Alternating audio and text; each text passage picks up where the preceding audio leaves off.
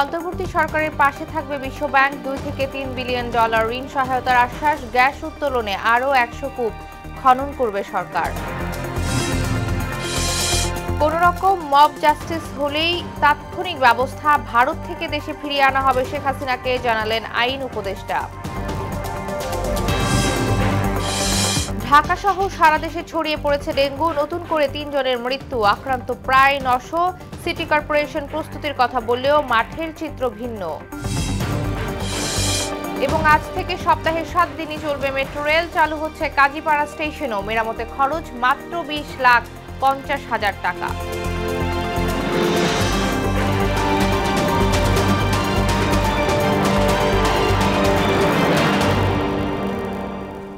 আসসালামু আলাইকুম, সবাইকে মোহনা সংবাদে স্বাগত। শুনছিলেন শিরোনাম, সঙ্গে আছে আনিকা আঞ্জুম। এবার বিস্তারিত। অন্তর্বর্তী সরকারের উপদেষ্টা এবং সমমর্যাদা সম্পন্ন ব্যক্তিবর্গের আয় ও সম্পদ বিবরণী প্রকাশের নীতিমালা 2024 খসড়ার অনুমোদন দিয়েছে অন্তর্বর্তী সরকারের উপদেষ্টা পরিষদ। প্রধান উপদেষ্টা অধ্যাপক ডক্টর মোহাম্মদ ইউনূসের সভাপতিত্বে বৃহস্পতিবার অনুষ্ঠিত উপদেষ্টা পরিষদের বৈঠকে এই খসড়ার অনুমোদন দেওয়া হয়। মন্ত্রিপরিষদ বিভাগ থেকে পাঠানো এক সংবাদ বিজ্ঞপ্তিতে এই তথ্য জানানো হয়েছে। বিজ্ঞপ্তিতে উল্লেখ করা হয়, অন্তর্বর্তী সরকারের উপদেষ্টা এবং সমমর্যাদা সম্পন্ন ব্যক্তিদের আয় ও সম্পদ বিবরণী প্রকাশের নীতিমালার খসড়া প্রণয়ন করে উপদেষ্টা পরিষদ বৈঠকে উপস্থাপন করা হয়। রাজধানীর তেজগাঁও কার্যালয়ে প্রধান উপদেষ্টা অধ্যাপক ডক্টর মোহাম্মদ ইউনূসের সঙ্গে সাক্ষাৎ করেছেন বিশ্ব ব্যাংকের ভাইস প্রেসিডেন্ট মার্টিন রাইজার।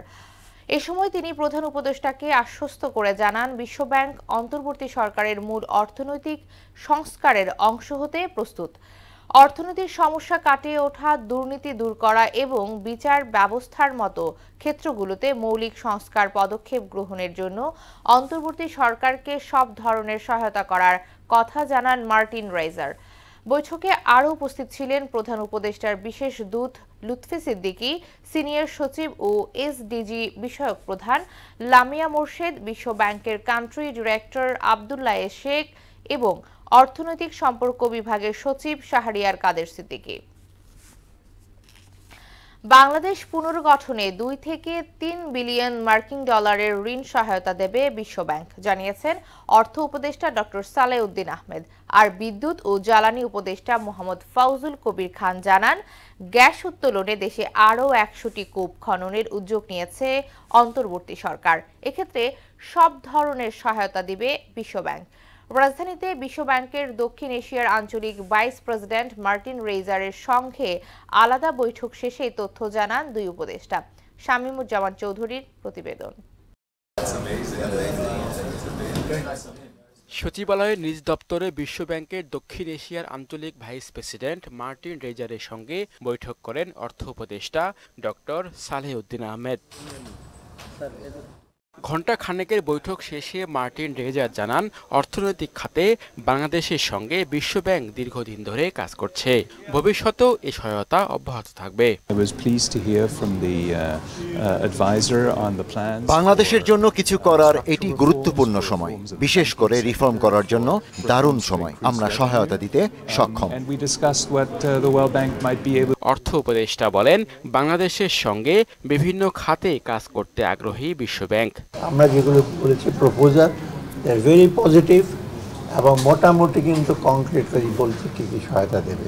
এবং ওয়ার্ল্ড ব্যাংকের সাথে সাথে অন্য ডোনারের ব্যাপারেও বলেছে একসাথে কোঅর্ডিনেট করবে এবং ফান্ড, কারিগরি সহায়তা এবং অন্যান্য ব্যাপারে তাদের কোনো কার্পণ্য থাকবে না। এদিকে বিদ্যুৎ ও জ্বালানি উপদেষ্টা বলেন, দেশে আরও 100টি কূপ খননের উদ্যোগ নিয়েছে অন্তর্বর্তী সরকার। অলরেডি 4টা গতকাল এক থেকে অনুমোদন দেওয়া হয়েছে। আমরা এরকম 100টা আরও কূপ খনন করার উদ্যোগ নিয়েছি। অপরদিকে বাংলাদেশ ব্যাংকের গভর্নরের সঙ্গে বৈঠক শেষে মার্টিন রেইজার ব্যাংক খাতের ওপর মানুষের আস্থা ফেরানো এবং কেন্দ্রীয় ব্যাংককে শক্তিশালী করতে প্রয়োজনীয় সহায়তার আশ্বাস দেন। ব্যাংকিং খাতে আস্থা ফেরাতে ও আর্থিক খাত সংস্কারে বাংলাদেশকে বিশ্ব ব্যাংক কারিগরি সহায়তা দিবে। বাংলাদেশের বর্তমান পরিস্থিতিতে বিশ্ব ব্যাংকের সার্বিক সহায়তা অব্যাহত থাকবে। and I was encouraged. আর্থিক খাত সংস্কারে বর্তমান সরকারের উদ্যোগের প্রশংসা করেন বিশ্ব ব্যাংকের vice president. The Bangladesh Bank has a good system in place for doing that, but the details we will continue to discuss. Shamimuzzaman Chowdhury, Mohona সংবাদ, ঢাকা। কোনোরকম মব জাস্টিস, আইন নিজের হাতে তুলে নেওয়া, গণপিটুনি দেওয়ার মতো ঘটনা কোনোভাবে গ্রহণ করা হবে না বলে সাফ জানিয়েছেন আইন উপদেষ্টা ডক্টর আসিফ নজরুল। বৃহস্পতিবার সন্ধ্যায় ফরেন সার্ভিস একাডেমিতে এক ব্রিফিংয়ে তিনি এসব কথা বলেন। আইন উপদেষ্টা আরও জানান, ভারতের কাছে সাবেক প্রধানমন্ত্রী শেখ হাসিনাকে ফেরত চাওয়া হবে। আরও জানাচ্ছেন তানজিদ ভুইয়া। ঢাকা বিশ্ববিদ্যালয় ও জাহাঙ্গীরনগর বিশ্ববিদ্যালয়ে দুজনকে পিটিয়ে হত্যার ঘটনায় খুবই মর্মাহত আইন উপদেষ্টা ডক্টর আসিফ নজরুল। তিনি জানান, ইতিমধ্যে দোষীদের বিরুদ্ধে ব্যবস্থা নেওয়া হয়েছে। এ ধরনের ঘটনা এড়ানোর জন্য যত রকমের পদক্ষেপ নেয়ার প্রয়োজন তা নেওয়া হবে। ফরেন সার্ভিস একাডেমিতে এক ব্রিফিংয়ে তিনি এসব কথা বলেন। আমরা এই ধরনের ঘটনা এড়ানোর জন্য যত রকম পদক্ষেপ নেওয়া প্রয়োজন তত রকম পদক্ষেপ নেব। আমরা বাংলাদেশে ক্লিয়ারলি বলতে চাই, এখানে কোনো রকম মব জাস্টিস, কোনো রকম আইন নিজের হাতে তুলে নেওয়া, গণপিটুনি দেওয়া, এগুলি কোনোভাবেই অ্যাকসেপ্ট করা হবে না। আসিফ নজরুল আরও বলেন, কমিশনের কাজ শুরু হবে আগামী 1 অক্টোবর এবং 31 ডিসেম্বর কমিশনকে প্রতিবেদন জমা দিতে বলা হয়েছে। বিচার বহির্ভূত হত্যাকাণ্ড কোনোভাবেই অ্যাকসেপ্ট করা হবে না। এগুলি যদি ঘটে, আপনাদের একটা জিনিস নিশ্চিত করতে পারি, আমাদের সরকার তাৎক্ষণিকভাবে ব্যবস্থা নেবে, আইনের মাধ্যমে উপযুক্ত শাস্তির তদন্ত এবং বিচার সাপেক্ষে উপযুক্ত শাস্তির ব্যবস্থা করা হবে। আইন উপদেষ্টা জানান, বিচার বহির্ভূত কোনো হত্যাকাণ্ড গ্রহণ করা হবে না। সাবেক প্রধানমন্ত্রী শেখ হাসিনাকে দেশে ফিরিয়ে আনা হবে বলেও জানান তিনি। এক্সট্রাডিশন ট্রিটি আছে, সেই এক্সট্রাডিশন ট্রিটি অনুযায়ী ভারতে যদি কোনো আমাদের কনভিক্টেড মানুষ থাকেন, উনি সাবেক প্রধানমন্ত্রী হন আর যাই হন না কেন, ওনার এক্সট্রাডিশন বা প্রত্যার্পণ আমরা চাইতে পারি। তানজিদ ভুইয়া, মোহনা সংবাদ, ঢাকা। এদিকে ঢাকা বিশ্ববিদ্যালয়ের ফজলুল হক মুসলিম হলে তোফাজ্জল নামে এক যুবককে পিটিয়ে হত্যার ঘটনায় 3 শিক্ষার্থীকে হেফাজতে নিয়েছে শাহবাগ থানা পুলিশ। জাহাঙ্গীরনগর বিশ্ববিদ্যালয়ের শামীম মোল্লা হত্যার ঘটনায় 8 শিক্ষার্থীকে সাময়িক বহিষ্কার করেছে বিশ্ববিদ্যালয় প্রশাসন। গঠন করা হয়েছে 6 সদস্যের কমিটি। এদিকে আইন নিজের হাতে তুলে না নিতে সবার প্রতি আহ্বান জানিয়েছেন স্বরাষ্ট্র উপদেষ্টা। আরও জানাচ্ছেন এমআর আসাদ। ঢাকা বিশ্ববিদ্যালয়ে তোফাজ্জল নামের এক যুবককে ছাত্রলীগ সন্দেহে পিটিয়ে হত্যার ঘটনায় উত্তপ্ত হয়ে উঠেছে ক্যাম্পাস। ভিসির বাসভবনের সামনে ন্যায় বিচারের দাবিতে অবস্থান করছেন কিছু শিক্ষার্থীও। এই বিচারটা চাই, এই মানুষটার পক্ষে আমরা আসলে মানুষের পক্ষে, মানুষ হওয়ার পক্ষে। এই হত্যাকাণ্ডটি ঘটিয়েছে ফজলুল হক মুসলিম হলের শিক্ষার্থীরা। বৈষম্য বিরোধী ছাত্র আন্দোলনের পক্ষ থেকেও হত্যার সুষ্ঠু তদন্ত ও বিচার দাবি করা হয়েছে। সে যদি ছাত্রলীগ হয় তাহলে আমি তাকে মারতে পারবো, সে যদি জামাত শিবির হয় তাকে আমি মারতে পারবো। এই যে পুরনো একটা সংস্কৃতি আমাদের গত 16 বছরে চর্চা হয়ে আসছিল, সেটারই কিন্তু প্রতিফলন আমরা এখন দেখতে পাচ্ছি। আমরা বৈষম্য বিরোধী ছাত্র আন্দোলনের পক্ষ থেকে এগুলোকে আমরা খুবই তীব্রভাবে নিন্দা জানাই। ডিএমপিতে স্বরাষ্ট্র উপদেষ্টা আইন নিজের হাতে তুলে না নিতে সবার প্রতি আহ্বান জানান। একজন অন্যায় করলে তারা আইনের হাতে সোপর্দ করেন, কিন্তু এই আইন তো আপনার হাতে তুলে নেওয়ার কারো কিন্তু অধিকার নেই। ঢাবি প্রক্টর সাইফুদ্দিন আহমেদ জানান, দোষীদের আইনের আওতায় নিতে শাহবাগ থানায় মামলা হয়েছে। কেন্দ্রীয় পর্যায়ে তদন্ত কমিটি হবে, তাকে সাময়িকভাবে বহিষ্কারের ব্যাপারে আমরা সিদ্ধান্ত নিতে পারবো। চূড়ান্ত সিদ্ধান্ত নেবে সিন্ডিকেট, বাট আমরা এটা পারবো বেসড অন দ্য রিপোর্ট। যে হলে ঘটনাটা ঘটেছে তিনি পুরনো প্রভোস্ট, তিনি কন্টিনিউ করছেন। হয়তো তাদের ওই পুরনো অভ্যাসটা রয়ে গেছে, তারা ওই কর্তৃত্ব চর্চা করার ক্ষেত্রে সেই সাহস কিংবা দৃঢ়তা কিংবা সেই মনোবল হয়তো চাঙ্গা হয়ে উঠতে একটু সময় লাগবে। পরবর্তীতে দোষীদের বিরুদ্ধে কেন্দ্রীয় তদন্ত প্রতিবেদনও প্রকাশ করা হবে বলে উল্লেখ করেন প্রক্টর। আমরা যে তদন্ত কমিটি করব, সেই তদন্ত কমিটির জুরিসডিকশনের মধ্যে আমরা এটা ইনক্লুড করব to look into whether there is any loophole of the responsibility supposed to be performed by the provost and house tutors. MR Asad, Mohona সংবাদ, ঢাকা। চোর সন্দেহে ঢাকা বিশ্ববিদ্যালয়ে যুবককে পিটিয়ে হত্যা এবং জাহাঙ্গীরনগর বিশ্ববিদ্যালয়ে সাবেক এক ছাত্রলীগ নেতাকে হত্যার প্রতিবাদ জানিয়েছে জাতীয়তাবাদী ছাত্রদল। অপরাধীদের দ্রুত গ্রেফতারের দাবিও জানান তারা। বৃহস্পতিবার বিকেলে ঢাকা বিশ্ববিদ্যালয়ের সাংবাদিক সমিতির কার্যালয়ে সংবাদ সম্মেলনে দাবি জানান ছাত্রদলের সভাপতি রাকিবুল ইসলাম রাকিব। এ সময় বিশ্ববিদ্যালয়ের আবাসিক হলের ঘটনা হল প্রশাসনের চরম ব্যর্থতার প্রমাণ বলেও মন্তব্য করেন তিনি। ছাত্রলীগের পথধারী কতিপয় সন্ত্রাসী বর্তমানে সাধারণ শিক্ষার্থী নামে হলগুলোতে অবস্থান নিয়েছে। তারা বিভিন্ন সময়ে মব তৈরি করে আইন নিজের হাতে তুলে নিচ্ছে। এতে বিশ্ববিদ্যালয়ের প্রশাসন ব্যবস্থা ভেঙে পড়েছে। আমরা সাধারণ শিক্ষার্থী নামে সক্রিয় এই মবকে প্রশ্রয় না দেওয়ার জন্য বিশ্ববিদ্যালয়ের প্রশাসনকে অনুরোধ করছি।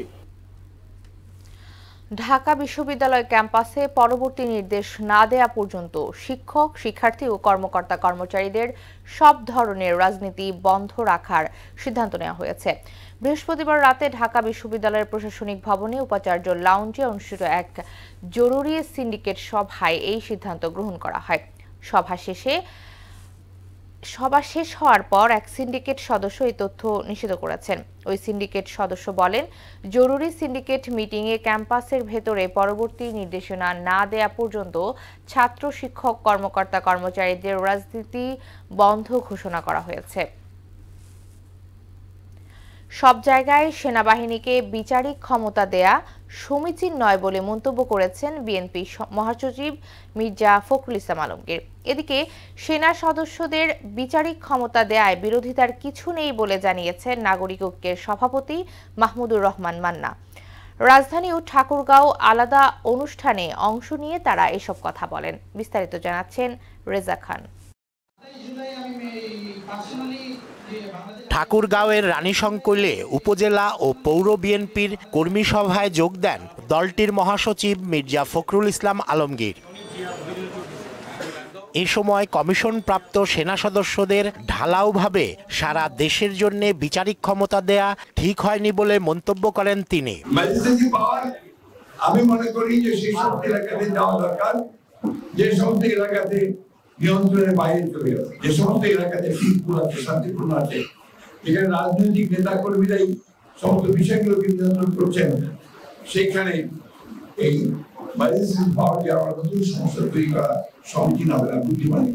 জঞ্জাল সাফ করে সকলের অংশগ্রহণে সুষ্ঠু নির্বাচন আয়োজনের দাবিও জানান মির্জা ফখরুল। সামনে যেন সত্যিকার অর্থে গণতান্ত্রিক রাষ্ট্র আমরা দেখতে পাই, গণতান্ত্রিকভাবে নির্বাচিত সরকার দেখতে পাই, পার্লামেন্ট দেখতে পাই, মানুষের উপর অন্যায় অত্যাচার না হয়, আবার শিশুদের উপরে গুলি করে জনতাকে হত্যা করা না হয়। এদিকে রাজধানীর তোপখানা রোডে নাগরিক ঐক্যের কার্যালয়ে আয়োজিত সংবাদ সম্মেলনে সেনাবাহিনীকে বিচারিক ক্ষমতা দেয়াকে স্বাগত জানিয়ে যত দ্রুত সম্ভব তা প্রত্যাহারের তাগিদ দেন দলটির সভাপতি। আমি মনে করি এই পদক্ষেপে খুব বিরোধিতা করবার কিছু নেই, তবে এই পরিস্থিতিটা নিয়ন্ত্রণে এসে গেলে সামরিক বাহিনীর হাতে ম্যাজিস্ট্রেসি পাওয়ার না থাকাই ভালো মনে করি, যত তাড়াতাড়ি এটা তারা নিষ্পত্তি করতে পারে। প্রয়োজনীয় সংস্কার শেষ করে দ্রুত নির্বাচন আয়োজনের পথে এগিয়ে যেতে অন্তর্বর্তী সরকারের প্রতি আহ্বানও জানান মাহমুদুর রহমান মান্না। ফ্যাসিবাদ থেকে গণতন্ত্র উত্তরের জন্য মানে নির্বাচন যথাযথভাবে হবার জন্য শর্তগুলো হওয়া দরকার। রেজা খান, মোহনা সংবাদ, ঢাকা। রাজধানী সহ সারা দেশে ছড়িয়ে পড়েছে ডেঙ্গু, যা মোকাবিলায় সিটি কর্পোরেশনের পক্ষ থেকে সব ধরনের প্রস্তুতির কথা বলা হলেও মাঠের চিত্র ভিন্ন। মশক নিধন অভিযান যেমন নেই, তেমনি সচেতনতা কার্যক্রমও তলানিতে। তবে নগরবাসীর অভিযোগ অস্বীকার করেছে ঢাকা উত্তর সিটি কর্পোরেশন। সুরায়া মুন্নির প্রতিবেদন। বর্ষাকাল শেষ হওয়ায় রাজধানীতে উদ্বেগ ছড়াচ্ছে ডেঙ্গু মশাবাহিত রোগটির সংক্রমণে গত বছর সর্বোচ্চ মৃত্যু ও আক্রান্ত দেখেছে দেশ। গেল বছর ৩,২১,১৭৯ মানুষ ডেঙ্গুতে আক্রান্ত হয়ে হাসপাতালে ভর্তি হন, আর মৃত্যু হয় প্রায় ২,৫০০ রোগীর। এবছর ডেঙ্গু রোগী শনাক্ত হয়েছে প্রায় ২০,৫০০। চলতি বছর এডিস মশার প্রজননকাল সবে শুরু, কিন্তু মশক নিধনে নগর কর্তৃপক্ষের গাছাড়া ভাবে হতাশ নগরবাসী। ডেঙ্গু নিয়ে একটু ভয় আতঙ্কে আছে আমরা। মশার কামড়ের ছুটে রাত্রে মশার ওষুধ দেয় না, তৈল নিচে পানি আছে, ময়লা আছে, আবর্জনা তো থাকতেই পারে, ওটার তলে লাগে না ওষুধ দেওয়া, হেঁটে দেয় না। মশার ওষুধ দিলে আমরা একটু ভালো হয়, ডেঙ্গুর থেকে আমরা রক্ষা পাই। ঢাকা উত্তর সিটি কর্পোরেশনের প্রধান স্বাস্থ্য কর্মকর্তা বললেন, রাজনৈতিক পট পরিবর্তনের পর নানা কারণে কাজকর্মে মন্থরতা চলে এসেছে, তারপরেও থেমে নেই মশক নিধন অভিযান। গত আগস্ট মাসে আমরা যদি ডে ওয়ারি হিসাবটা দিই তাহলে প্রায় 18 থেকে 19 দিন আমাদের মশা নিধন কার্যক্রমটা বন্ধ ছিল। আমাদের মশক কর্মীরা বাইরে যেতে পারেনি, আমাদের কিছু মেশিনারিজ ধ্বংসপ্রাপ্ত হয়েছে, কিছু ওষুধ ধ্বংসপ্রাপ্ত হয়েছে, কিন্তু আমাদের স্টোরে যে ব্যাকআপটা ছিল মানে এই ধ্বংসপ্রাপ্ত মেশিনারিজগুলো রিপ্লেস করতে আমাদের কোনো কষ্ট করতে হয়নি। এখন আমাদের মেশিনারিজের সংখ্যা, ওষুধের পরিমাণ যথেষ্ট পরিমাণে আছে, কোনো অভাব নাই। প্রত্যেকটা ওয়ার্ডেই কিন্তু আমাদের এই কর্মী বাহিনী আছে, জলাশয় পরিষ্কারের জন্য আলাদা কর্মী বাহিনী আছে, মশক বাহিনী আছে, প্রত্যেকটা ওয়ার্ডেই কাজ হচ্ছে। এডিসের বংশবিস্তার রোধে বাসাবাড়ি আশপাশ পরিষ্কার রাখা সহ সচেতন থাকার আহ্বান জানিয়েছেন তিনি। জনগণের সচেতনতা এবং সম্পৃক্ত ছাড়া ডেঙ্গু রোগ নিয়ন্ত্রণটা ভেরি ডিফিকাল্ট। সুরাইয়া মুন্নি, মোহনা সংবাদ, ঢাকা। এখন থেকে সপ্তাহের 7 দিনই মেট্রো রেল চালানোর সিদ্ধান্ত নিয়েছে ডিএমটিসিএল। আজ থেকে এই সিদ্ধান্ত কার্যকর হবে। একই সঙ্গে চালু হচ্ছে কাজীপাড়া স্টেশনও। স্টেশনটি চালু করতে খরচ হয়েছে মাত্র 20,50,000 টাকা। বৃহস্পতিবার বিকেলে রাজধানীর এসকাটনে ডিএমটিসিএল প্রধান কার্যালয়ে এসব তথ্য জানান ব্যবস্থাপনা পরিচালক মোহাম্মদ আব্দুর রৌফ। আরও জানাচ্ছেন তানজিদ ভুইয়া। যাত্রীদের দীর্ঘদিনের চাহিদা মাথায় রেখে সপ্তাহে 7 দিনই মেট্রো রেল চলাচল করবে। শুক্রবার দুপুর 3:30 থেকে রাত 9টা পর্যন্ত চলবে মেট্রো। 12 মিনিট পরপর চলাচল করবে ট্রেনটি। মোট ট্রিপের সংখ্যা 60টি, যেখানে অন্যান্য দিন মেট্রো রেলের ট্রিপের সংখ্যা থাকে 198টি। ডিএমটিসিএল ব্যবস্থাপনা পরিচালক আরও জানান, মেট্রো রেলের কাজীপাড়া স্টেশন চালু করতে খরচ হয়েছে 20,50,000 টাকা। তবে আপাতত বন্ধ থাকছে মিরপুর 10 নম্বর স্টেশন। দ্রুত সময়ের মধ্যে এই স্টেশনটিও চালুর আশা করছেন তিনি। শুক্রবার অর্থাৎ 20 তারিখ 3:30 থেকে মেট্রো রেলের শনি শুক্রবারের অপারেশন উত্তর থেকে শুরু হবে এবং মতিঝিলে এটা শেষ হবে। এখন শুরু হচ্ছে আমাদের 7 দিনের মেট্রো রেলের যাত্রা। এই জন্য আমাদের 9:40 এটা শুরু হবে, 3:30 উত্তর থেকে, আর মতিঝিল থেকে 9টা পর্যন্ত চলবে আমাদের উত্তর থেকে 3:30 থেকে 9টা, আর মতিঝিল থেকে এটা 3:50 থেকে রাত 9:40 পর্যন্ত। এ মাসে এখন পর্যন্ত মেট্রো রেল থেকে 20,67,03,591 কোটি টাকা আয় হয়েছে। ডিএমটিসিএল এমডি আরও জানান, প্রতিদিন গড়ে 3 লাখ যাত্রী মেট্রো রেলের সেবা পাচ্ছেন। ভেরি মোমেন্ট টেম্পারেচারটা 32-তে আসছে, তখন আমরা একটা টেস্ট রান করেছি। ট্রেন চালিয়ে মতিঝিল থেকে যখন গেল যে না এটা ঠিক আছে, কনসালটেন্ট রিপোর্ট ওকে, দেন আমরা অপারেশন শুরু করেছি 9:25-এ। ভায়ার অ্যাক্টের ঘটনায় কারিগরি ত্রুটির কারণ অনুসন্ধান এবং ভবিষ্যতে এমন ঘটনা প্রতিরোধকল্পে প্রয়োজনীয় ব্যবস্থা গ্রহণের জন্য 7 সদস্য বিশিষ্ট কারিগরি কমিটি গঠন করা হয়েছে বলেও জানান তিনি। ওনারা মিলে একটা রিপোর্ট দিলে আমরা সেখানে বলছি যে কারণ এবং এর প্রতিকারের সুপারিশ সহ ওনারা দ্রুত দিবেন। তানজিদ ভুইয়া, মোহনা সংবাদ, ঢাকা। রাষ্ট্রায়ত্ত 6 ব্যাংকের ব্যবস্থাপনা পরিচালক ও প্রধান নির্বাহী কর্মকর্তাদের নিয়োগের চুক্তি বাতিল করেছে অর্থ মন্ত্রণালয়ের আর্থিক প্রতিষ্ঠান বিভাগ। বৃহস্পতিবার আলাদা 6 প্রজ্ঞাপনে ব্যাংকগুলোর শীর্ষ নির্বাহীদের নিয়োগ বাতিল করা হয়। ব্যাংকগুলো হচ্ছে সোনালী, অগ্রণী, রূপালী, জনতা, বেসিক ও বাংলাদেশ ডেভেলপমেন্ট ব্যাংক BDDBL। প্রজ্ঞাপনে ব্যাংক কোম্পানি আইন ও পরিচালনা পর্ষদের সম্পাদিত চুক্তি অনুযায়ী তাদের চুক্তিভিত্তিক নিয়োগের অবশিষ্ট মেয়াদ বাতিলের বিষয়ে পরবর্তী বিধিগত কার্যক্রম গ্রহণের জন্য নির্দেশ দেওয়া হয়। পরিবেশ ও জলবায়ু পরিবর্তন উপদেষ্টা সৈয়দা রিজওয়ানা হাসান জানিয়েছেন, নতুন করে আর কোনো ইটভাটার ছাড়পত্র দেওয়া হবে না। পরিবেশগত ছাড়পত্রবিহীন 3,491টি ইটভাটার কার্যক্রম বন্ধ করা হবে। পার্বত্য এলাকায় নির্মিত সব ইটভাটা স্থানান্তর করা হবে। বৃহস্পতিবার পরিবেশ অধিদপ্তর ও বাংলাদেশ ব্রিক ম্যানুফ্যাকচারিং ওনার্স অ্যাসোসিয়েশনের নেতাদের সঙ্গে মতবিনিময় সভায় পরিবেশ উপদেষ্টা এসব কথা বলেন। সভায় পরিবেশ বান্ধব ইট উৎপাদন, ইটভাটার আধুনিকায়ন ও কার্বন নির্গমন কমানোর বিষয়ে বিস্তারিত আলোচনা করা হয়। টানা কয়েকদিনের শ্রমিক অসন্তোষের পর কিছুটা স্বস্তি ফিরেছে আশুলিয়া, সাভার ও গাজীপুরের শিল্পাঞ্চলে। বৃহস্পতিবার সকাল থেকে বেশিরভাগ শিল্প কারখানা খোলা এবং পুরোদমে চলছে উৎপাদন। কোথাও শ্রমিক অসন্তোষের খবর পাওয়া যায়নি। তবে পরিস্থিতি বিবেচনায় এখনও শিল্পাঞ্চলে আইনশৃঙ্খলা রক্ষাকারী বাহিনীর সদস্য মোতায়েন রাখা হয়েছে। আশুলিয়া ও সাভার শিল্পাঞ্চলে 1863টির মধ্যে 16টি কারখানা বন্ধ রয়েছে এবং সাধারণ ছুটি ঘোষণা রয়েছে 6টি কারখানায়। এদিকে গাজীপুরে, কোনাবাড়ী, কাশিমপুরে 408টি কলকারখানার শতভাগই খোলা রয়েছে। স্পেন্ড অ্যান্ড উইন ক্যাম্পেইনের বিজয়ীদের নাম ঘোষণা করেছে মাস্টারকার্ড। বৃহস্পতিবার সন্ধ্যায় রাজধানীর একটি হোটেলে স্টানিং সিডনি 2024 ক্যাম্পেইনের বিজয়ীদের পুরস্কার তুলে দেওয়া হয়। প্রথম বিজয়ী হিসেবে সঙ্গী সহ সিডনিতে 4 দিনের ভ্রমণের সুযোগ পেয়েছেন ঢাকা ব্যাংক পিএলসি এর মাস্টারকার্ড কার্ড হোল্ডার মাহাজুবিন শাহনাজ। এছাড়াও সর্বমোট 50 জন বিজয়ী ট্রাভেল ভাউচার সহ পেয়েছেন দেশের সেরা স্টোরগুলো থেকে বিভিন্ন ইলেকট্রনিক্স ও লাইফস্টাইল পণ্য কেনার আকর্ষণীয় গিফট ভাউচার। মাস্টারকার্ড বাংলাদেশের কান্ট্রি ম্যানেজার সৈয়দ মোহাম্মদ কামাল বলেন, আগামীতে দেশের ডিজিটাল অর্থনীতির প্রবৃদ্ধিতে অবদান রাখতে মাস্টারকার্ড এ ধরনের ক্যাম্পেইন পরিচালনা অব্যাহত রাখবে। দেশের অন্যতম উৎপাদনকারী ও বাজারজাতকারী গ্রুপ ইলেকট্রামার্ট এখন বিশ্বের নাম্বার 1 ব্র্যান্ড কনকা, গ্রি ও হাইকো ইলেকট্রনিক্স ও হোম অ্যাপ্লায়েন্সের পণ্যের পসরা সাজিয়ে বসেছে চট্টগ্রামে।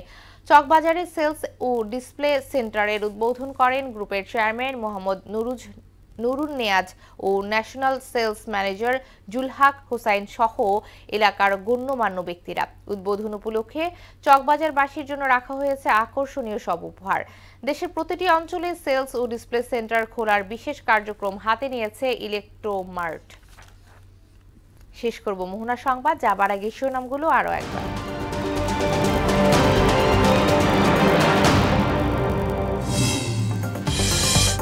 অন্তর্বর্তী সরকারের পাশে থাকবে বিশ্ব ব্যাংক। 2 থেকে 3 বিলিয়ন ডলার ঋণ সহায়তার আশ্বাস। গ্যাস উত্তোলনে আরো 100 কূপ খনন করবে সরকার। কোন রকম মব জাস্টিস হলে তাৎক্ষণিক ব্যবস্থা, ভারত থেকে দেশে ফিরিয়ে আনা হবে শেখ হাসিনাকে, জানালেন আইন উপদেষ্টা। ঢাকা সহ সারা দেশে ছড়িয়ে পড়েছে ডেঙ্গু, নতুন করে 3 জনের মৃত্যু, আক্রান্ত প্রায় 900। সিটি কর্পোরেশন প্রস্তুতির কথা বললেও মাঠে ভিন্ন চিত্র। এবং আজ থেকে সপ্তাহে 7 দিনই চলবে মেট্রো রেল, চালু হচ্ছে কাজীপাড়া স্টেশনও, মেরামতে খরচ মাত্র 20,50,000 টাকা। এই ছিল মোহনা সংবাদে। মোহনার সবশেষ খবর জানতে ভিজিট করুন www.mohna.tv। সংবাদ দেখতে পারবেন ফেসবুক এবং ইউটিউবেও। এতক্ষণ সঙ্গে থাকার জন্য ধন্যবাদ।